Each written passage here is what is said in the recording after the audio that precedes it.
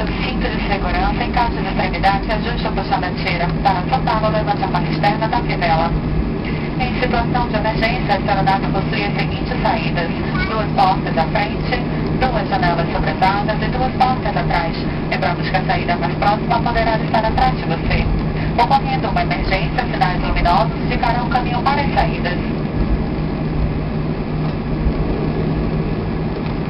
Havendo despressurização, máscaras iguais a estas cairão automaticamente à sua frente. Neste momento, puxe uma delas colocando-a sobre a boca do nariz e fixe a uma tira elástica. Auxilie crianças ou pessoas com dificuldades somente após ter fixado a sua. O assento de sua poltrona é flutuante. Em caso de pouso na água, retire e leve-o para fora da aeronave. Em um ponto de emergência, adote uma das posições indicadas no cartão de informações localizados no bolso da poltrona à sua frente. Leia-o antes da decolagem.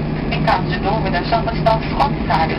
Nós estamos treinados para lidar com qualquer situação de emergência. Obrigada.